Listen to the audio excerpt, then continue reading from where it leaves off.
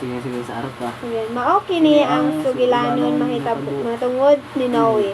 Tulo ang iyang anak, si Sem, si Ham, ug si Hapet.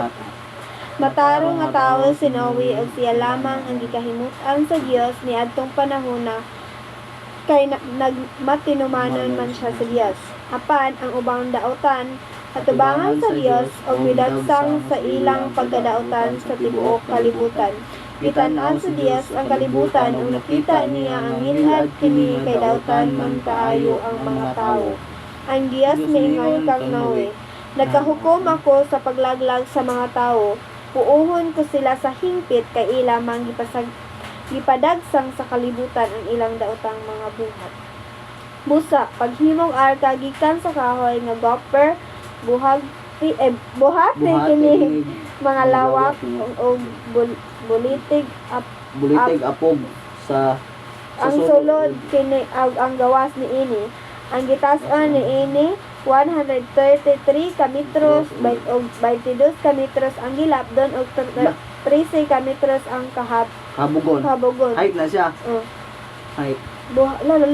Taas na no. Buhati kini atop o palabuha kini sa 44 ka sentimetros sa dapli ni ini.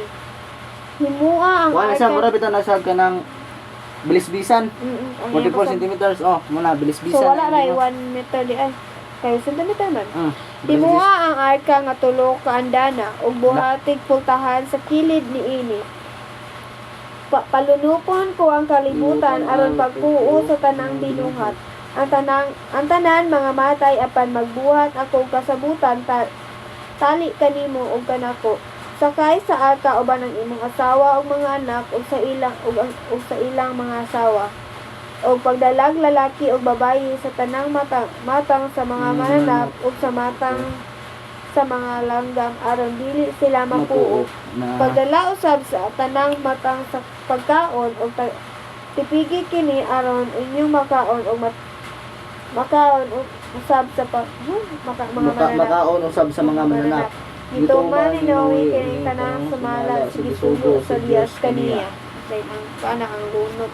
Sa chapters o Genesis 7 na ang lunop. Ang Ginoo miingon kang Noe, sakay sa arka uban sa tibuok mong panimalay. Kay tanang mga tawo, ikaw lamang ang nagbuhat og tarong. Pagdala og 7 ka barisan nga lalaki ug bayi sa tanang mananap nga malinis apan tagsa ka pares lamang ang dad-a sa mga mananap nga hugaw. Ito makasasala. Pagdala usab og 7 ka parisan nga lalaki ug babayi sa mga langgam aron dili sila mapuo. Kay human sa 7 ka adlaw gikan karon paulanon ko og 40 ka adlaw ug 40 ka gabi aron pagpatay sa tanan kong binuhat. Og gituman ni Noe ang tanan nga gisugo sa Ginoo kaniya. Si Noe nagpanuigon og 600 ka sa dihang gilunupan ang kalibutan. 600 ba yung edad? Sa katong pagkuhan. Siya ug ang iyang asawa ingon man ang ilang mga anak uban sa ilang mga asawa na nakay sa arka aron dili sila mga matay sa lunok. Usa ka laki ug bayi sa tanang matang sa mananap nga hinlo ug dili hinlo ingon man sa mga langgam na nakay sa arka kuyog kang Noe. Sumala sa gisugo sa Dios kaniya. Og pagkatapos sa 7 ka adlaw, misilanap sa yuta ang tubig. 7 pagkakadlaw niya, pila yung gingon 40 days. Dili. Juan daw, after 7 days daw, iya daw paulanon. Dahil gusto yan sila. Ay, murag nagikuanan ba? Gusto yan. Pero 40 days ang ulan. 40 days o 40 nights ang ulan. Dili na daw yun. Nakuha Si Noe. Si Noe nag-try sa 600 o sa ika-17 ka adlaw sa kaduhang bulan, nibuhagay ang tanang mga tubod sa dakong lawod gikan sa kinahilad man sa yuta. Ug nangaabli ang mga buho sa langit ug nagulan sulod sa 40 ka adlaw ug 40 ka gabi. Niadto kayong adlaw na nakay sa arka si Noe ug ang iyang asawa uban sa ilang tulo ka anak nga si Sem, si Ham ug si Hapet. O sa ilang mga asawa na nakay-usab uban kanila ang tanang matang sa halas ng mga mananap mga kahayupan, mga gagmay mananap, ug tanang matang sa langgam. Kaya na. Ano man to?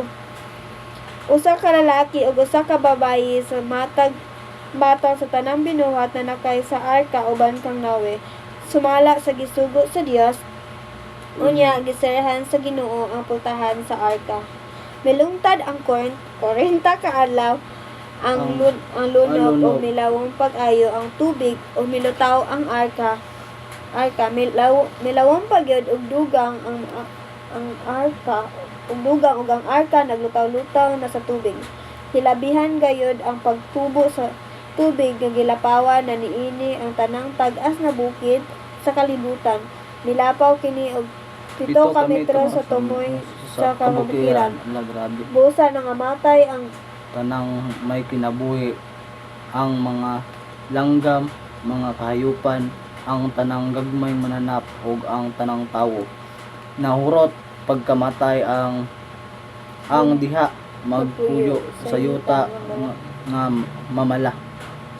Gipuo sila sa Ginoo, sinuwi lamang ang iyang mga kauban didto sa arka, ang wala niya patya. Ang lunop milungtad sulod sa 150 kadlaw. Grabe dugaya din no? Tulo po ka 40 bulan. man ka adlaw nag 5 ka bulan. Oo, 40 man ka. Lahi pa tong 40 ka nag-ulan. Oh, pag 40 ka adlaw, 40 ka adlaw, ang ulan ra to. Tas apil lang to sa ang 40 sa kuan lunop man. Oh, og Wala lunop. ikalimti sa iya sinawi og ang tanan May ihalas. ang dire na sa 8 may undang lunop. Ang city, Genesis City, Ang lunop, lunop, ang 6 ang size pagkadautan sa katawhan, ang 5 kaliwat nga dan pa na. kaliwat ni Adan pa din na dahil. Dire na sa city na makita dito dahil ang lunop din ang pagkuhan. May undang ang lunop pagka-8.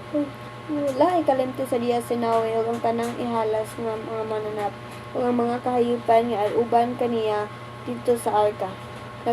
Nagpahuros ang Dios og hangin og misugod paghubas ang tubig.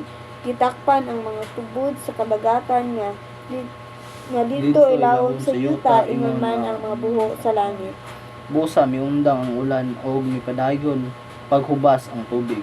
Nisugod kini paghubas tapos sa 150 ka adlaw ug sa ikapitong buwan sa ika-17 ka adlaw nahitungtong ang arka sa bukid sa Arara. Ala. Paghubas siya na dito sa Arara. Ararat. Ararat. Sa kuan bunton ni sa Ararat, bukid sa Ararat. Mot nagpadayon. Mount Ararat naman dayon na. Ato ni sulat, nang Ararat. Search lang. Ang cellphone. Na dito. Nga na lang, basta Ararat. Ay na lang makakuan taguan ba Ararat. Nagpadayon paghubas ang tubig ug sa unang adlaw sa ikanapulong bulan. Ikapulong bulan nakita na ang mga tumoy sa kabukiran. Tapos sa 40 ka adlaw niablihan ni Noe ang bintana sa arka o gitabunan niya ang usa ka uwak. Buhian niya sa kawak. Buhian niya ang usa ka uwak. Wala kini mibalik apan naglupad-lupad kini hantod na mihubas ang tubig. Unya gibuhian ni Noe ang usa ka salampati aron pagsusi kon mihubas na ba ang tubig apan kay gisanapan paman sa tubig ang yuta walay hikaplagan ang katuglunan sa salampati. Mibalik kini sa arka busa wala ito siya kanang katugpahan mo mibalik sa arka busa gipagawas ni Noe ang iyang kamot sa arka o gikuha ang salampati. Nagbuhat sa glaing nagulat sa glaing 7 ka adlaw o gibuhian niya o pag-usab ang salampati sa sa umsom na mibalik kini kaniya nga nagtangag og lunhang dahon sa kahoyng ulibo. Sa giingon ni ana nasayran ni Noe nga mihubas na gayod ang tubig. Unya naghulat pa gayod si Noe sa laing 7 ka adlaw og gibuhian usab niya ang salampati og wala na kini mibalik. Sa tulong nga semana nila ito. Primero, After sa 150 days. katulo ka semana. Primero is semana, biyan niya ang uwak. Gipadupa ng uwak, wan balik ang sambate kaduha. Tapos pagkatulo, iyang gibuyan, wa naman min balik. So hubas na ang tubig. Sa 61, sa 661 nga panuigo na ni Noe. Pila to yang katong gipabaha gani 600 years to no? Gipabaha no? 600. As pag-abot niya og 601 sa panuigo ni Noe sa unang adlaw sa unang buwan mihubas na gayod sa hingpit ang tubig.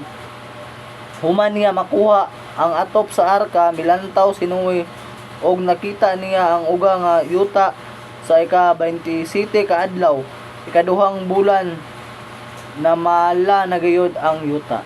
Unya ang Dios miingon kang Noe, kaawas na sa arka uban sa imong asawa og Kaaway.